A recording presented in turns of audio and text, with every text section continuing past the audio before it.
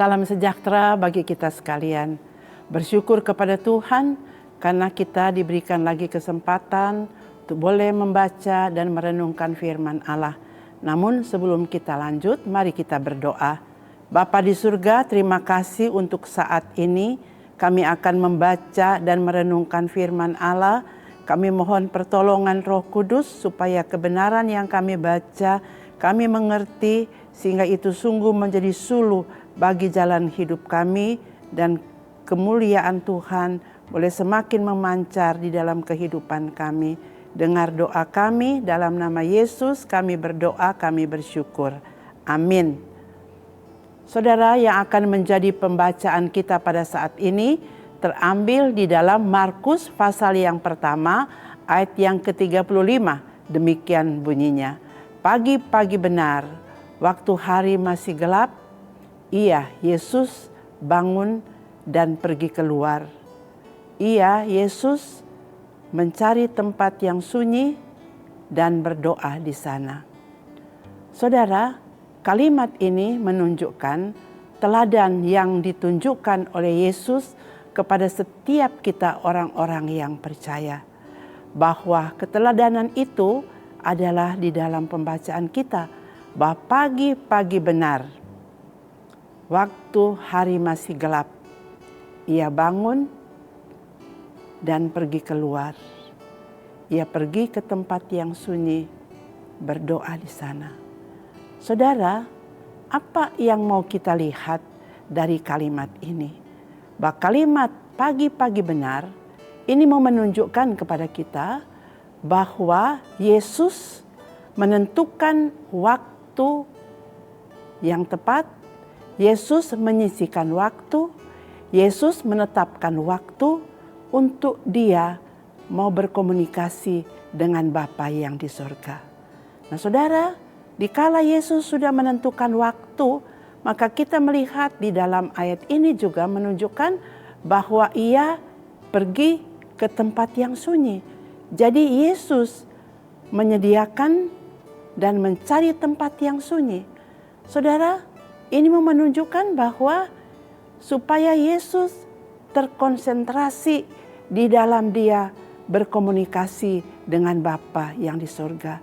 Dia fokus, saudara. Nah, ini menunjukkan bahwa doa bagi Yesus adalah kebutuhan, bukan sewaktu-waktu, bukan kebetulan. Sehingga Ia menetapkan, Dia menyisihkan waktu, Dia mencari tempat yang sunyi dan berdoa di sana. Saudara, sama seperti kita mau makan, maka ada waktu untuk sarapan pagi, ada waktu untuk makan siang, ada waktu untuk makan malam, bahkan ada waktu untuk kita snack. Semua itu kita mengatur waktunya. Karena kalau tidak, berarti akan terjadi gangguan di dalam kesehatan kita. Nah saudara, oleh karena itu kalau kita sungguh-sungguh menyadari bahwa doa itu adalah kebutuhan dalam kehidupan kita, maka saudara, kita akan menyisihkan waktu, kita akan menyediakan waktu, kita akan memilih waktu untuk kiranya kita boleh berkomunikasi dengan Bapa yang di sorga. Kita akan menyisihkan dan mencari tempat di mana kita boleh berkonsentrasi untuk berdoa di hadapan Bapa di sorga. Saudara, karena doa itu adalah menyangkut hubungan, menyangkut relasi saudara dengan Bapa di sorga. Itu mengartikan kepada kita supaya kita betul-betul dapat mencurahkan isi hati kita. Kita mencurahkan segala sesuatu yang ada di dalam hati dan pikiran kita kepada Allah yang mengasihi kita dan yang mau mendengarkan setiap seruan anak-anaknya. Saudara, kita menyisihkan waktu untuk kita boleh menyatakan apa yang kita rindukan di dalam kehidupan kita. Dan kita akan menikmati waktu yang telah kita sisihkan di tempat yang kita boleh berkonsentrasi, kita boleh fokus di dalam seruan dan di dalam percakapan kita dengan Bapa yang di sorga. Dan boleh juga kita dapat berdoa syafaat di dalamnya. Dan Allah boleh menikmati juga seruan kita, komunikasi kita dengan Bapa kita yang di sorga. Kita berdoa, menyampaikan apa isi hati kita. Dan saudara, Allah juga akan menyampaikan isi hatinya kepada kita lewat apa saudara? Lewat firman Allah. Oleh karena itu, berdoa dan firman Allah tidak bisa dipisahkan.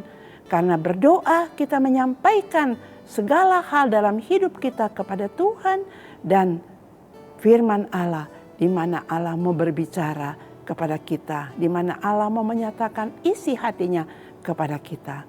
Nah saudara, dikala kita berdoa, kita sudah sisihkan waktu, kita sudah mengambil tempat untuk kita terkonsentrasi di dalam hubungan dan relasi kita dengan Bapa di surga. Apa yang kita akan peroleh? Saudara, kita akan beroleh kekuatan, kita akan beroleh ketenangan, kita akan beroleh kelegaan, kita akan beroleh damai sejahtera. Dan bukan hanya itu, tetapi kita juga semakin diisafkan, semakin disadarkan bahwa kita ini adalah milik Tuhan. Dan sebagai milik Tuhan, Allah ingin melalui kita bagaimana kita memancarkan, bagaimana kita menyalurkan, bagaimana kita menceritakan kebaikan-kebaikan Allah, karya-karya Allah di dalam kehidupan kita. Jadi Allah menghadirkan kita di dalam dunia ini untuk menjadi alat di tangannya.